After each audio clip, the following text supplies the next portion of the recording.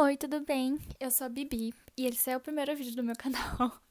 É, eu vou falar um pouco sobre literatura, enfim, é um assunto que eu tenho muita paixão desde que eu era criança. É, e nos vídeos eu vou aproveitar pra me montar de Lolita. Então é isso. Eu espero que vocês, enfim, gostem, enfim. E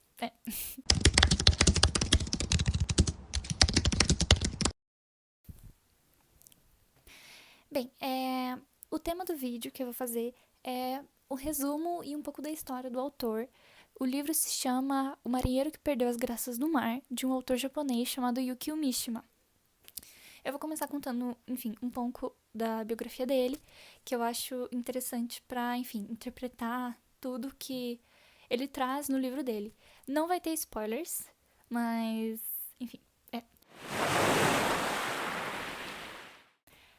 O Yukio Mishima ele nasceu numa cidadezinha no Japão em 1909. Ele teve ali o final da sua infância e adolescência ali durante a Segunda Guerra Mundial. E ele teve uma vida muito difícil. O pai dele era um militar, ele era uma pessoa muito rígida, né? E sempre castrava, assim, o Yukio quando ele era criança, enfim. Ele foi criado com a avó dele. A avó dele era uma pessoa muito possessiva, com ele especificamente. Ela não deixava, assim, o menino, tipo, ir com a mãe e tal. Ela era bem possessiva. E ele ficou com ela até que ela faleceu. É... O Yukio, ele sempre teve um relacionamento muito difícil com a própria identidade sexual dele. A gente tem vários relatos de que ele frequentava, enfim, bares gays, mas ele sempre teve uma masculinidade muito rígida, assim, sabe? Ele, enfim, hoje em dia ele é conhecido muito por esse negócio, tipo, homem ao extremo, sabe? Ele acreditava muito que o corpo tinha que refletir a mente, então ele era bem sarado. E só que ele tinha, enfim, esse problema, né, com a própria sexualidade. E isso vem muito do pai dele. Quando ele era criança, ele disse que gostava muito de se transvestir. Ele gostava de se vestir de mulher, enfim. O pai dele não gostava. Enfim, ele cresceu, obviamente virou um adulto disfuncional. E quando ele, enfim, ali um contexto, né? No final da Segunda Guerra Mundial, os Estados Unidos eles explodiram lá. Hiroshima e Nagasaki, mas depois do final da guerra, eles foram dar auxílio econômico para o Japão se reerguer, né? Enfim, porque eles estavam quebrados, eles estavam destruídos, tanto economicamente quanto moralmente. Só que isso causou um desconforto na população, porque o Japão, enfim, eles criaram uma narrativa, principalmente ali no começo do século XX, de tradição, de imperialismo, né, que eles eram melhores, que, né, e ainda mais depois desse antagonismo todo da guerra, os americanos não eram bem vistos, né. E o Yukio Mishima, ele não gostava dessas intervenções dos americanos. Ele acreditava que o Japão tinha que permanecer nesse, enfim, como era antes da guerra, né? Um país fechado, um país extremamente tradicional e sem mudanças. Então, ele, enfim, ele se envolvia muito com grupos políticos que queriam que o Japão voltasse a ser o que era antes, que o imperador tivesse ali a autoridade completa, né, a autoridade máxima ali sobre o país. E, enfim, ele cria um grupo de pessoas, ele cria ali meio que um mini batalhão para dar um golpe de Estado para devolver todo o poder ao imperador. Claro que dá super errado. E, enfim, ele no final dessa empreitada ele acaba cometendo harakiri, que é um suicídio cerimonial, né? Inclusive é algo que ele sempre foi muito fascinado durante a vida dele. Ele meio que tinha um fetiche com isso. Enfim, nesses bares gay ele pedia, tipo, pros caras ficarem vendo ele enquanto ele performava uma cerimônia de harakiri. E foi isso, a vida dele foi altos e baixos, assim. Ele foi um escritor muito importante pro Japão. É um escritor muito famoso pro Japão. Ele tem muitas obras, inclusive uma autobiográfica, que se chama Relatos de uma Máscara. Mas hoje a gente vai falar de um livro só dele, que é O Marinheiro que Perdeu as Graças do Mar. E a gente vai, enfim, relacionar um pouco com o passado dele e, enfim, algumas outras informações eu vou soltando enquanto eu estiver analisando os personagens. Uma viúva rica, ela acaba se namorando de um marinheiro. O marinheiro é simples, ele é rude, mas ele é uma pessoa com um coração muito bom. Ele é uma pessoa muito solitária, que sempre ansiou por um amor em terra. O problema é que toda vez que o marinheiro e a viúva estavam tendo relações, o filho da viúva, de 12 anos, o Noboru, ele espiava por uma frestinha do quarto dele. E ele fazia isso todas as noites. O Noboru é uma criança problemática. Ele, apesar de ser extremamente rico, extremamente inteligente, extremamente bem cuidado pela própria mãe, ele faz parte de um grupo de garotos extremamente descontentes com a vida, que fazem, enfim, umas atrocidades aí, matam um gatinho. Eles são uns meninos bem nihilistas, assim, e bem desacreditados do futuro e dos adultos, principalmente. Eles têm um desgosto muito grande pelos adultos. Enfim, eu vou começar falando do Noboru. O Noboru, ele é uma criança muito peculiar. Ao mesmo tempo que parece que ele anseia pelo afeto do marinheiro, como um pai que ele não teve, ele parece se envergonhar do marinheiro na frente dos amigos dele. Os amigos dele são extremamente preconceituosos com tudo que não seja eles. Eles odeiam adultos e qualquer coisa, qualquer atitude pode parecer extremamente cafona e brega para eles. Eles rejeitam todo tipo de autoridade, mas estão o tempo inteiro procurando alguém a quem eles possam usar de referência. Tanto que tem um momento do livro que é a primeira vez que o Noboru conta do marinheiro para os amigos, que ele descreve o marinheiro como um herói, que ele tem várias aventuras no mar, enfim. Só que em um incidente em que o marinheiro acaba se molhando e ele encontra o Noboru com os amigos dele na rua, os amigos dele ficam extremamente escandalizados com a vulgaridade do marinheiro, o que torna o Noboru muito envergonhado também do amante da sua mãe. Mas a gente vê que o Noboru, ele é uma criança, porque é 12 anos pra mim é criança ainda, que, enfim, ele é o clássico da criança entediada, sabe? Eu acho que me lembrou um pouco de Laranja Mecânica, assim. Eles têm tudo, ele é extremamente rico, ele tem uma mãe muito amorosa, muito carinhosa com ele, que não negligencia ele em nenhum aspecto, mas ele ainda assim se revolta. Eu acredito que muito dessa revolta seja por causa desse futuro meio incerto que aconteceu no pós-guerra. Esse livro é dos anos 60, mas eu acho que a guerra ainda é uma realidade muito recente para aquele povo. Então eles ficam nessa desesperança para com o futuro. E eu acho que isso resume muito Noboru. Eu acho que esse menino, ele é basicamente uma reflexão do próprio Yukio Mishima. A gente pesquisando sobre a vida dele, biografia dele, lendo sobre o que ele escreve sobre ele mesmo, a gente percebe algo muito semelhante ao desse menino, uma pessoa que é extremamente carente, uma pessoa que deseja ser amada, uma pessoa que tem muito amor pela vida, mas muito desesperançada e com muito ódio no coração. O Yukio Mishima, ele tinha um problema especial com as mulheres. Ele, enfim, escreveu um ensaio inteiro falando por que misoginia era algo bom, assim. Ele não é uma pessoa muito admirável nesse sentido. Mas, ao mesmo tempo, ele sempre tá procurando companhias femininas. Enfim, ele casa com uma mulher que ele disse que ele amava, né? Que morreu já.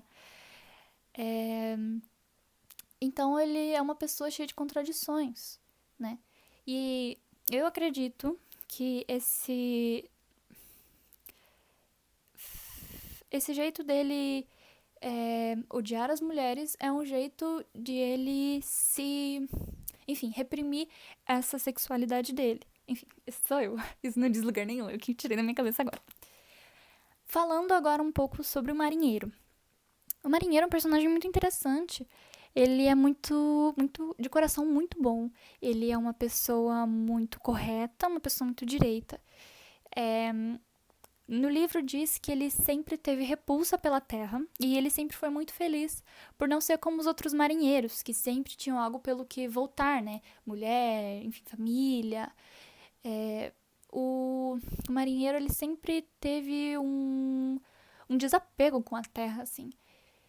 Então, quando ele conhece a viúva, ele se vê nisso, de uma carreira de 20 anos e um conhecimento próprio que cai por terra, literalmente. Porque agora ele tem pelo que ele quer voltar.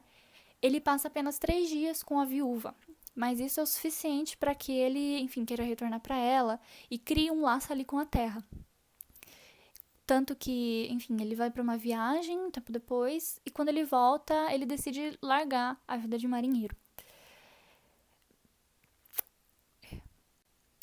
O marinheiro não é tão interessante assim de falar. O que eu quero falar mesmo é da viúva. Lembra quando eu falei que ele não gostava muito de mulheres, o autor? Você pensa, então as mulheres que ele escreve são extremamente rasas e irritantes. Muito pelo contrário. Foi algo que eu achei muito interessante, inclusive.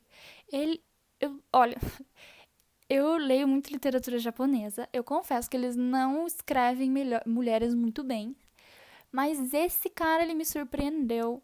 Porque ele trouxe profundidade pra viúva, ele trouxe os sentimentos dela, ele trouxe toda uma personalidade, assim, só nas ações dela, sabe? E, enfim, ele criou uma mulher muito forte e uma personagem muito profunda, eu achei. O livro é curto, o livro tem só umas 170 páginas. Geralmente não é o suficiente pra, desenvolver muito bem um personagem, dependendo do autor. Mas eu acho que o Yukio Mishima fez um ótimo trabalho. Enfim, a viúva, ela perdeu o marido há 5 anos atrás e ela toca agora uma loja de artigos importados sozinha. Ela é muito rica, ela tem muitos clientes muito importantes e ela é muito solitária também, mas ela é, enfim, como mãe e como dona de um negócio, ela nunca teve muito tempo e muito cabeça para pensar nesse tipo de coisa. É quando o filho dela pede para ir numa excursão no navio que acabou de chegar e ela conhece esse marinheiro. A conexão não é bem instantânea, mas ela, enfim, chama ele para jantar como agradecimento por ter levado o filho dela nesse tour. E eles acabam clicando quase que instantaneamente, assim, nesse jantar. E eles conversam a noite inteira, o que acaba levando... Enfim, ele ia passar a noite na casa da viúva e é a primeira vez que o Noboru descobre que ele pode espiar a mãe e o marinheiro juntos. Eu acho que a viúva, ela é uma personagem muito diferente, assim, do que a gente vê na literatura japonesa. Porque o livro é dos anos 60, mas ainda assim, o Japão é um país muito machista. E as personagens que a gente conhece, femininas, geralmente são prostitutas, ou são estudantes, ou são, enfim, mulheres drogadas, dessas tem muitas. Mas tem uma mulher trabalhadora, assim, e uma mulher que ela é descrita como forte, que ela conseguiu manter a casa dela no lugar, manter o filho dela bem educado, tocar um negócio do marido falecido dela muito bem, a ponto de, enfim, ficar muito amiga de várias celebridades japonesas da época do livro, né? E ela não é em nenhum momento descrita como fútil, como boba, como, mulher, sabe? E o interessante desse livro é que ele muda de ponto de vista. Alguns capítulos eles são do ponto de vista do Noboru, do marinheiro ou da viúva. Então, é muito interessante, o autor entra na cabeça dela de um jeito muito convincente, porque é muito comum autores masculinos escreverem no ponto de vista feminino e ficar alguma coisa meio anormal, assim, inorgânica, mas eu acho que essa personagem funcionou muito, muito, muito bem. Enfim, desde da rotina dela, de maquiagem, assim, desde, tipo, dos monólogos internos dela, das preocupações dela, do orgulho dela de mulher, de estar se entregando a um homem novamente, né? E eu acho que ela é uma personagem muito profunda. Eu imagino que se o livro tivesse mais páginas, ela teria sido muito mais bem explorada. Mas eu acho que é um livro que precisa ser curto, porque, enfim, o que precisava ser contado foi contado. E eu acho que é um livro muito interessante, assim. Não diria que é um dos meus favoritos, mas foi uma experiência muito interessante ler ele. E, enfim, principalmente o que me pegou foi essa dualidade do autor que diz que odeia mulheres, mas que escreve mulheres muito bem. Acho que isso foi o que mais me pegou, assim, que me deixou surpresa. É, olha, eu gosto muito de literatura japonesa, já disse. Eu já li muitos livros, é, inclusive livros escritos por mulheres, sobre mulheres. E parecia que eu tava lendo um dos livros delas, assim. Eu acho que tô exagerando um pouquinho, tá? Tô exagerando um pouquinho. Mas tudo isso pra dizer que, apesar dos preconceitos dele, ele é um dos autores que melhor escreve mulheres, autores japonesas. Que vê mulher, tipo, como um, um ser humano funcional, com personalidade, com nuances, com, enfim. E eu acho que eu nunca li um livro que descrevesse tão bem o desejo, sabe? Esse yearning, que eles chamam em inglês, né? Essa necessidade do outro, essa saudade do outro, essa atração pelo outro, sabe? É, foi uma atmosfera muito palpável, assim, que o autor conseguiu criar. Principalmente nas cenas em que o marinheiro e a viúva estão sozinhas, às vezes só conversando, mas foi uma tensão e uma química, assim, muito absurdas. É, assim, eu não sou uma grande leitora de romance, eu não gosto muito de romance. Mas os poucos que eu li e os romances, enfim, que tem nos livros, mesmo quando não são necessariamente de romances, eles dificilmente criam essa química verdadeira entre os personagens, sabe? E é difícil descrever essa sensação de desejo, sensação de querer possuir o outro, querer estar com o outro. Eu acho que é algo muito além de palavras. É algo que você tem que transpassar nas entrelinhas. É algo que tem que ficar implícito e explícito para o público, tanto nas palavras quanto nas atitudes. É, eu acho que isso não fica tão óbvio hoje em dia também, por causa de todas essas tropes, enfim, tem essa coisa tipo, enemies to lovers, esse negócio meio sarcástico. Então eu acho que às vezes, pelo bem das tropes, isso acaba se perdendo. É, toda essa questão, enfim, do desejo, e não falo necessariamente do desejo carnal, também falo do desejo carnal, mas é um desejo da pessoa em si, da alma, eu não sei explicar. É um negócio muito. Nossa, eu podia cortar com uma faca a tensão que esses dois têm. É, e olha que até em filme, difícil ver assim uma química tão boa. Concluindo, o Yukio Mishima é uma pessoa muito duvidosa. Ele é uma pessoa muito polêmica, mas ele é um ótimo autor. E nos trabalhos dele, a gente consegue ver um pouquinho da alma dele. Eu acredito isso, que no trabalho do autor a gente consegue ver um pouquinho da alma de cada um. Que ele é uma pessoa com muitas dualidades dentro dele. Ele é uma pessoa com muitas crenças que muitas vezes não funcionam entre si. E, acima de tudo, ele é uma pessoa com muita coisa reprimida. Que eu acredito que ele usava, enfim, literatura pra talvez exprimir, eu não sei, isso vai, enfim, isso ele tem que dizer. Mas é um autor que vale muito a pena procurar. Enfim, O Marinheiro que Perdeu as Graças do Mar, eu li na biblioteca aqui da minha cidade. Ele é da editora Rocco, mas é uma edição antiga. A editora que faz os livros japoneses, aqui os clássicos, é a Estação Liberdade. Enfim, a maioria dos meus livros japoneses que eu tenho são da Estação Liberdade, e são eles que têm mais títulos do Yukio Mishima publicados, como, por exemplo, Vida à Venda, que é outro livro muito bom dele. E curiosidade, o Yukio Mishima é um dos diversos autores japoneses clássicos que cometeram suicídio. Dá pra fazer uma listinha aqui. Então é isso, gente. É meu primeiro vídeo. Espero que tenha ficado bom. E é isso.